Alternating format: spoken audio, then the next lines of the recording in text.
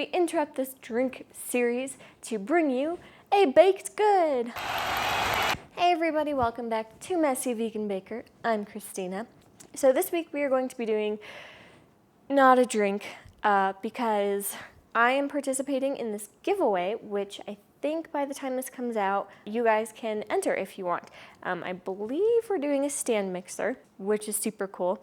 And yeah, it'll be on Instagram, so if you don't follow me, you can. I will leave my handle down below for you guys in the description box. And part of that was all of us came up with a fall-themed dessert. I decided to change it up because I'm not a big fan of Thanksgiving. So I thought, why not change something and make it into something else?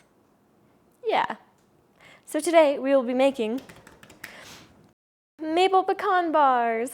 So I got this idea from my dad, actually, and I took two different recipes, one from Mark Bittman's How to Bake Everything, shocker, and Nancy, I want to say baguette or baguette, I'm not sure, it's B-A-G-G-E-T-T, and mix them together. So I thought, why not, instead of making a pie, make bars that are going to be way easier to make, because sometimes you just don't have time. I'm trying not to babble as much. I'm really bad at that, but whatever. So without further ado, let's get baking. So first of all, you're going to make the cookie crust, which is super easy. You can use whatever kind of cookie you want, homemade cookies, graham crackers. I bought an off-brand version of graham crackers that don't have honey in them, and they're vegan friendly, but like use whatever you want. Teddy Grahams, I think some of those are vegan, but whatever cookie you want, you're gonna either blitz it in a food processor or you're gonna put it in a Ziploc bag and smash the living daylights out of it with something, ideally like just something heavy like a rolling pin. And then make sure you beat it so it's very, very small crumbs. I didn't beat mine quite enough, so I had a few chunks that were a little too big, so just keep that in mind. And then you're going to melt some vegan butter. I used Earthbound's because that's honestly one of my favorites and it's super easy for me to access. And 3 tablespoons of sugar, and then you add the breadcrumbs in, you mix it, super simple. Oh, I forgot, you should have an 8x8 pan set aside. You can either have parchment paper in it or not. You don't need to grease this because the butter in the cookie crumb will keep it from sticking, I promise. Then you're going to pour the cookie crumbs into the pan and you're just going to smash it down until it is like packed in there and even and all nice looking. So then you're going to stick it in the oven at 350 degrees Fahrenheit for 8 to 10 minutes. You'll notice that the edges start to get a little golden brown, and then you'll also start to smell it. It smells really nice. And then you can pull it out and set it aside. Once that is set aside, I mean, you could do this while it's baking, but I didn't have enough time, so whatever you can do / want to do. Then you're going to make the filling, so chop the pecans to your ideal size or whatever size you want. You're going to use some more vegan butter, and you're going to heat that in a medium-sized saucepan over medium heat, and then once that melts, you can add the pecans in, and you just kind of like are toasting them essentially. And so once they start to get fragrant and you see that they start to get golden brown, like on the white parts, then take it off the heat and pour it into a bowl so it stops cooking.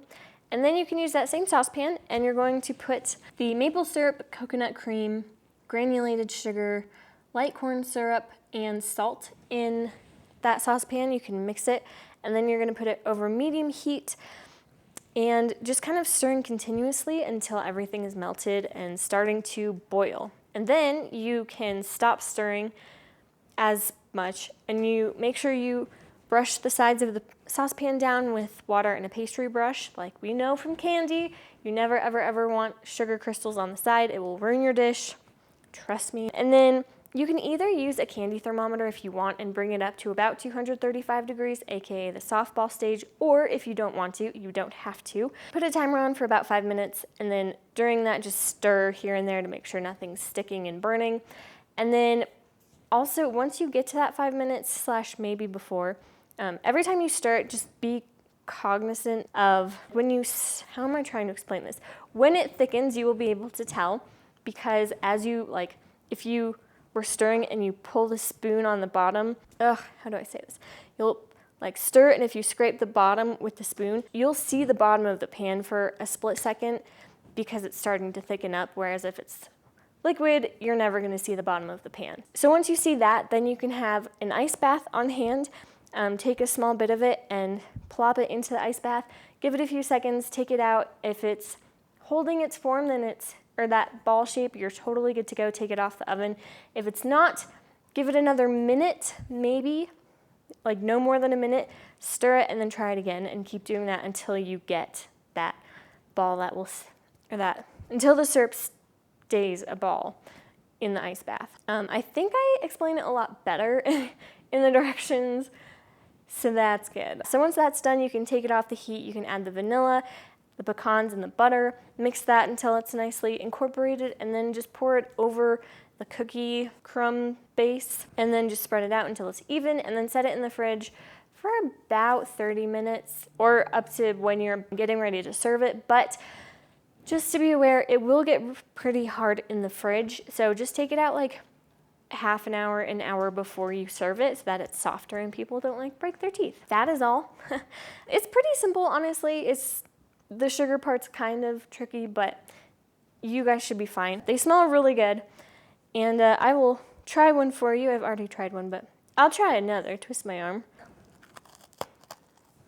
That's really good. I mean, can you ever really go wrong when you just have a butt ton of sugar? No. I definitely recommend making these, especially if you don't feel like making a pecan pie or you want to mix things up a little. But you guys should go check it out. Also, again, if you want, you guys can participate in the giveaway, which is super exciting. And yeah, don't forget to check this out on the blog. So if you're curious what other fall recipes people made, they will be in my blog post, so you guys can go check them out. Thank you so much for watching. I really appreciate it. If you are new to this channel, hello, welcome. Hopefully you enjoyed what you saw. If you did, you could hit the like button and the subscribe button. And if you are old to this channel or a regular, hello, welcome back. Thank you for watching. I really appreciate it. You guys are really cool and awesome and fun to talk to. So let me know in the comments down below what your favorite Thanksgiving food is, and if you have veganized it, if you are vegan, and if not, what your favorite Thanksgiving food is. I hope you guys were entertained and or learned something. I know this wasn't the most entertaining video in the world, but it was very informative, I like to think. Thank you so much for watching, and I will see all of you lovely humans next week. Bye. We are going to be making, oh wait, I knew I'd forget that. Da da da da, or something. We interrupt this. Oh, what was I gonna say? Hold on. Okay, so we interrupt this drink making series. So then we'll cut back to messy vegan maker. Okay, why not mix it up? Like, people probably don't get bored of pecan pie, but like, what if they did? What if they wanted something new and exciting? Oh man, they all melted. Oh, okay. I don't know. Thanksgiving's an awkward holiday, to be completely honest, but oh well. What was I saying? Yes,